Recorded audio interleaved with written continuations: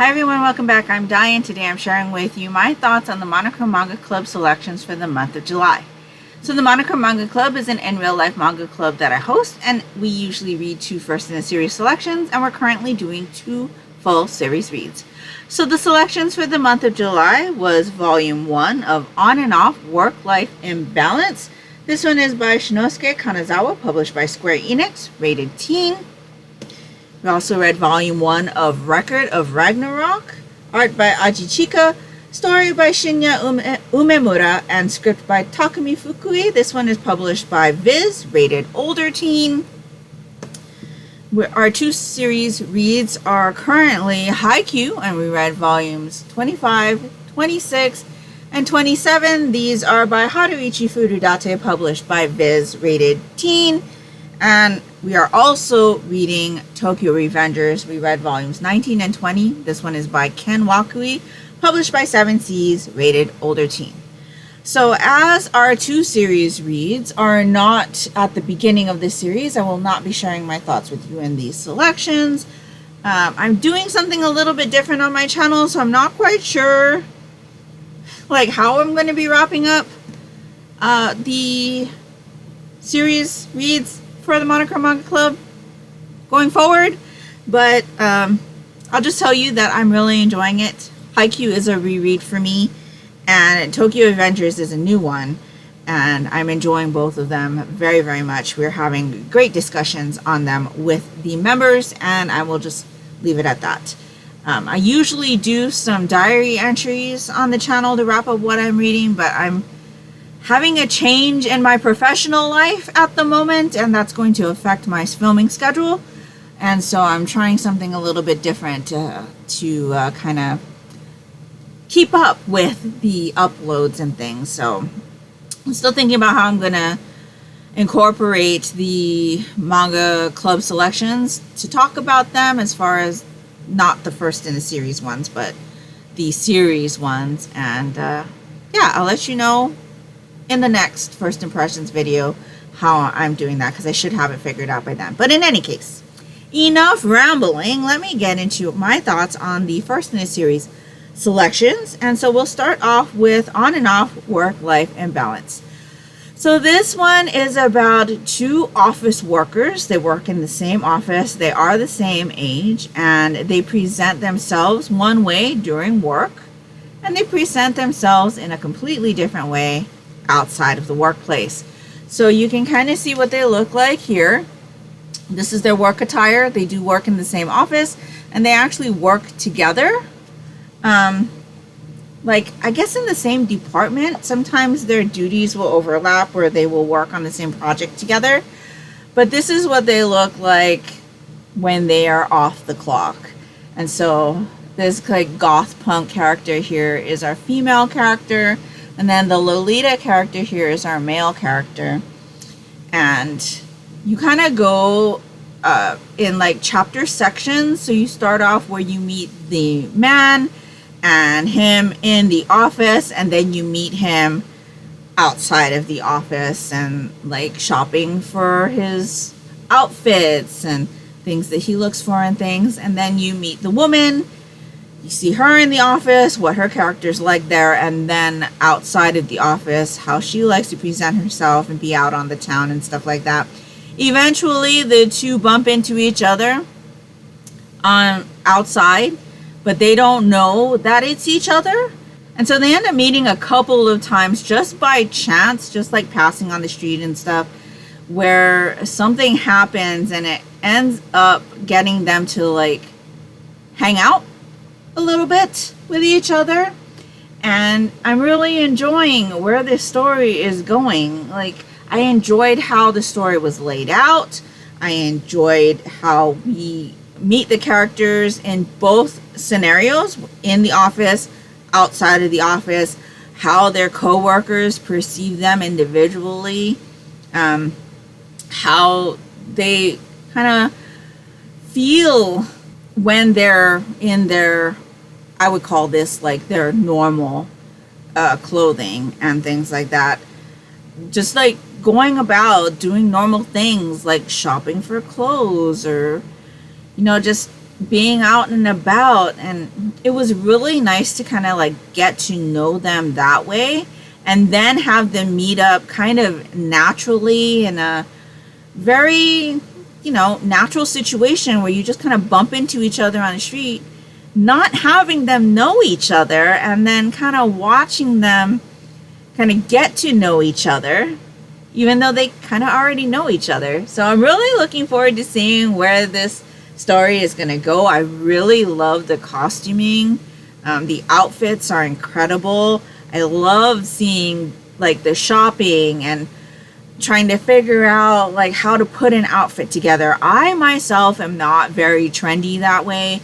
I will say that I've always kind of had aspirations to try to dress in like a Lolita style, but it was a thing after I was kind of like already an adult, and I just don't have the guts for that. But I probably would go more gothic Lolita than the type of Lolita outfit that you would see here. But again, I feel like I'm too old for that now. But if I was younger, I would probably try something like that, like a mixture of these two. But I'm really, really enjoying seeing their outfits, seeing how they think about putting the outfits together and things like that. There's kind of a little bit of that in here. And so I'm looking forward to more of that, because it's definitely not something that I do in my day-to-day, but I have interest in. So yes, really, really enjoyed it. Love the art style, and definitely looking forward to continuing with this one. My only gripe with this one was that it is such a short volume. I really, really wanted more. And I think with getting such little story here, it's just like, oh, I need more right now. But really looking forward to the next volume, and definitely will be continuing. So that's my thoughts on and off work life in balance, and we will talk about volume 1 of Record of Ragnarok right now. So this was a recommendation by 2 of my Manga Club members. When it was brought up the first time, the Manga Club ultimately decided to read something different, but then it was brought up again, and so we decided to go ahead and read this one. This is a story about the gods.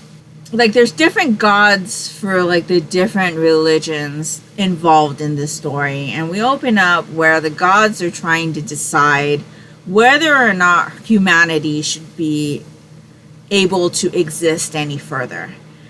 And I guess they convene every few thousand years or something like that. I can't remember what the rotation is on that, but they convene on a regular basis, not frequently, but on a regular basis, to decide whether or not they're going to allow humanity to live.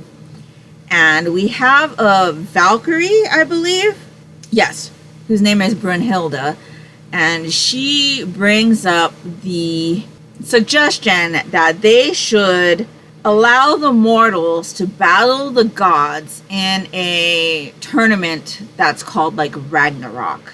This was kind of a clause that was built into their rules or regulations or stuff, something like that. But it's never been enforced, because when you think about it, you think the gods would decimate the human opponents, right? So it's like a laughable suggestion. But they're like, okay, if that's what you want to do, let's go ahead with that. So Brunhilde decides that the first human combatant, and she's pulling from all history of humanity, she pulls Lu Bu from history as the first human opponent. And he's going to go up against Thor, who's a Norse god. And so in this volume, we kind of get the introduction to what's going on. We get the first part of Lu Bu's fight with Thor, and seeing how that fight progresses and how the gods react to this tournament. It's really interesting. But in essence, this is just a battle manga, at least for right now. That's all it is pretty much, is lots of introduction, lots of battling, and battle mangas aren't really my thing. Now, that being said, as the fight progressed and we get to the end of this volume, we get to see a list of the opponents that we will be seeing in future volumes. And I am very curious about several of the names that have come up on humanity's side and seeing how those battles are going to happen. Because not all of the names that were pulled for these tournaments are fighters or legendary warriors or things like that. We've got scientists and thinkers, and I'm very interested to see how those battles are going to go. So I'm definitely going to be continuing with this series. I've already picked up the next 2 volumes at Barnes & Noble after we had our meeting, and so I'm looking forward to seeing how this story progresses, because I'm very curious now how things are going to happen. And so, yes, very surprising read for me. I didn't expect that I was going to be intrigued by something like this at all, to be honest, because like I said, battle manga is not usually my type of thing to read, but pleasantly surprised that I enjoyed that one. And so those are my thoughts on our first in the series selections for the month of July. Before I let you go, I do want to let you know what our selections are going to be for the month of August. So as far as our Volume 1 selections are going to be, we're going to read Volume 1 of Magus of the Library by Mitsu Izumi. This one says, based on Kafka of the Wind by Sophie Schwim, translated by Hiroto Hamada. This one is published by Kodansha, rated teen. So it says, the magic of the written word. In the small village of Amun lives a poor boy named Theo. Theo adores books, but because of his pointed ears and impoverished life, he isn't allowed to use the village library. As he endures the prejudice and hatred of the village, he dreams of going where such things don't exist. Afzak, City of Books. Not sure I pronounced that right. But one day, Theo chances to meet a Kafna, a librarian who works for the great library of Afzak, and his life changes forever. So this has been on my shelves for a while. It was the daughter's turn to bring a selection, and instead of bringing the 3 selections, we just brought the one. Because we both run the manga club together, and she's been wanting to read this for a while. Like I said, I've had this one on my shelf for a while.